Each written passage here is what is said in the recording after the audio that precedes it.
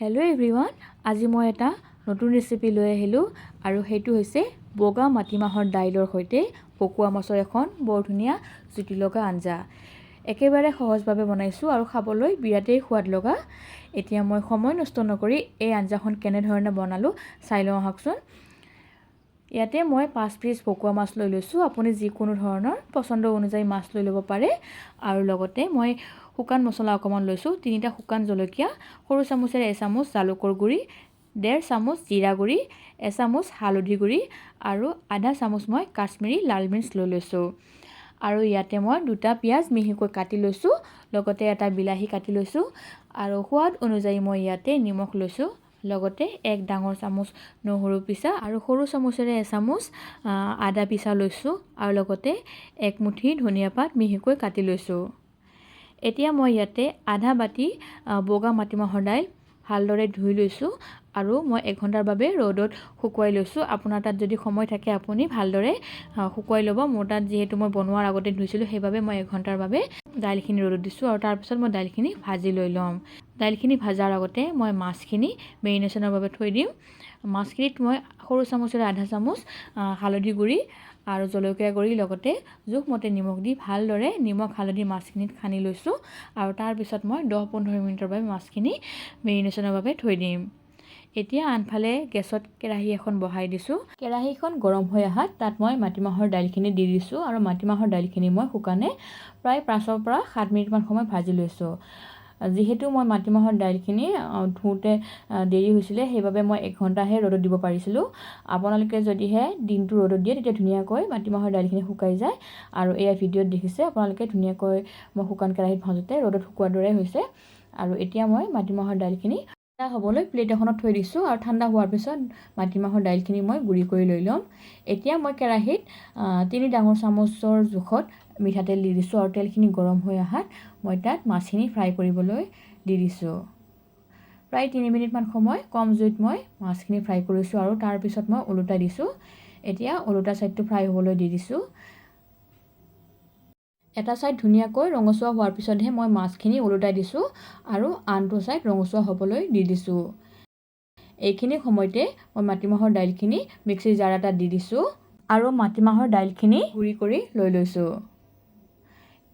আনফালে মোৰ মাছখিনি ধুনীয়াকৈ ৰঙচুৱা হৈ উঠিছে আৰু মই মাছখিনি প্লেট এখনত নমাই লৈ ল'ম।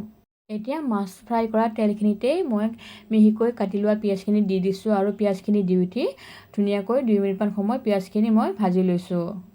2 মিনিটমান সময় ভাজি উঠাৰ পিছত মই তাত আদা নহৰু দি দিছোঁ আৰু আদা নহৰুখিনি দি উঠি মই আকৌ 2 মিনিটমান সময় পিঁয়াজৰ সৈতে আদা নহৰুখিনি ভাজি লৈ লৈছোঁ।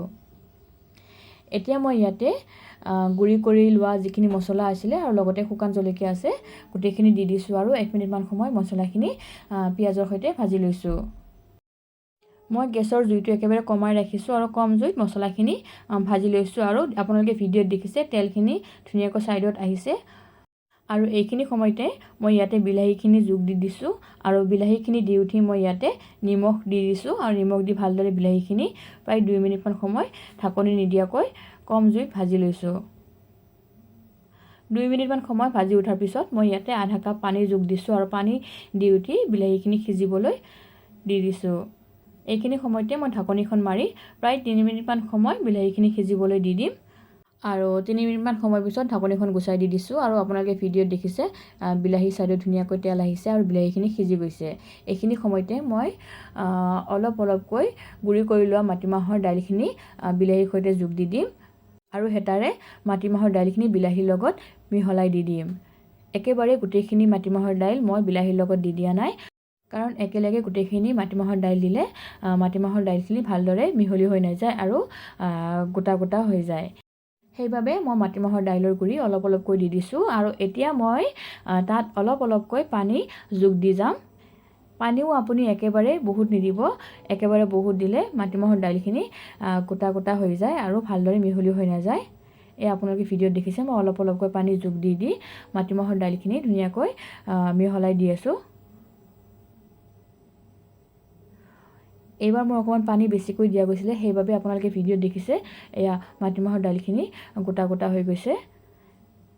এনেধৰণে গোটা গোটা হৈ গ'লেও আপুনি চিন্তা নকৰিব, ভালদৰে হেতাৰে লৰাই থাকিব, তেতিয়াহ'লে আকৌ ধুনীয়াকৈ পানীৰ লগত মাটিমাহৰ দাইলখিনি মিহলি হৈ যায় আৰু ধুনীয়াকৈ গ্ৰেভিটো গোটা হৈ যায়।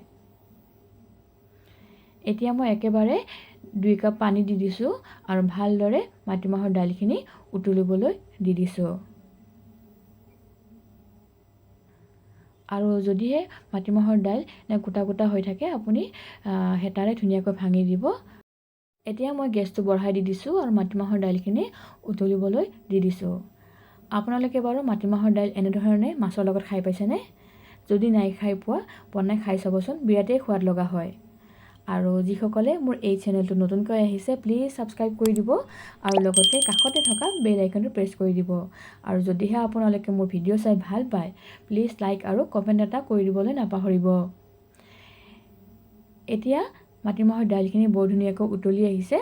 উতলি অহাৰ পিছত মই ইয়াতে ঢাকনি এখন লগাই দি দিম আৰু মাটিমাহৰ দাইলখিনি প্ৰায় 5 মিনিটমান সময় উতলিবলৈ দি দিম। যিহেতু মাটিমাহৰ দাইল আমি কুকাৰত সিজাই লৈ ইয়াতে কেৰাহীত দি দিছোঁ, তাতে গুড়ি কৰি লোৱা, সেইবাবে মই 5 মিনিটমান সময় কম জুইত মাটিমাহৰ দাইলখিনি উতলাই ল'লোঁ। প্ৰয়োজন হ'লে আপুনি অকণমান বেছি সময় উতলাই ল'ব। আৰু তাৰপিছত মই তাত মাছখিনি যোগ দিলোঁ আৰু মাছখিনি দি মই প্ৰায় 20 পৰা 25 মিনিট সময় কম জুইত মাটিমাহৰ দাইলখিনি উতলিবলৈ দি দিম আৰু মাজে মাজে হেতাৰে লৰাই থাকিম। আৰু প্ৰয়োজন হ'লে মাজে মাজে আপুনি অকণমান পানী যোগ দিব পাৰে। প্ৰায় 15 পৰা 20 মিনিটমান সময় উতলোৱাৰ পিছত মই ইয়াতে ধনিয়া পাতখিনি যোগ দিছোঁ আৰু ধনিয়া পাতখিনি দি উঠি মই ঢাকনিখন লগাই আকৌ 5 মিনিট সময় উতলিবলৈ দি দিছোঁ। আৰু 5 মিনিটমান সময়ৰ পিছত মই গেছটো বন্ধ কৰি থৈ দিছোঁ আৰু মোৰ আঞ্জাখন ৰেডি হৈ গৈছে। এতিয়া মই পাত্ৰ এটাত মাটিমাহৰ আঞ্জাখিনি উলিয়াই দিলোঁ আৰু আপোনালোকে এই ভিডিঅ'টো চাই কেনেকুৱা পালে মোক কমেণ্ট কৰি জনাবচোন। লগতে আপোনালোকেও এনেধৰণে মাটিমাহৰ দাইলৰ সৈতে মাছৰ আঞ্জা বনাই খাবচোন, খুবেই সোৱাদ লগা হয়। ভিডিঅ'টো শেষলৈকে চাই থকাৰ বাবে আপোনালোক সকলোকে বহুত ধন্যবাদ।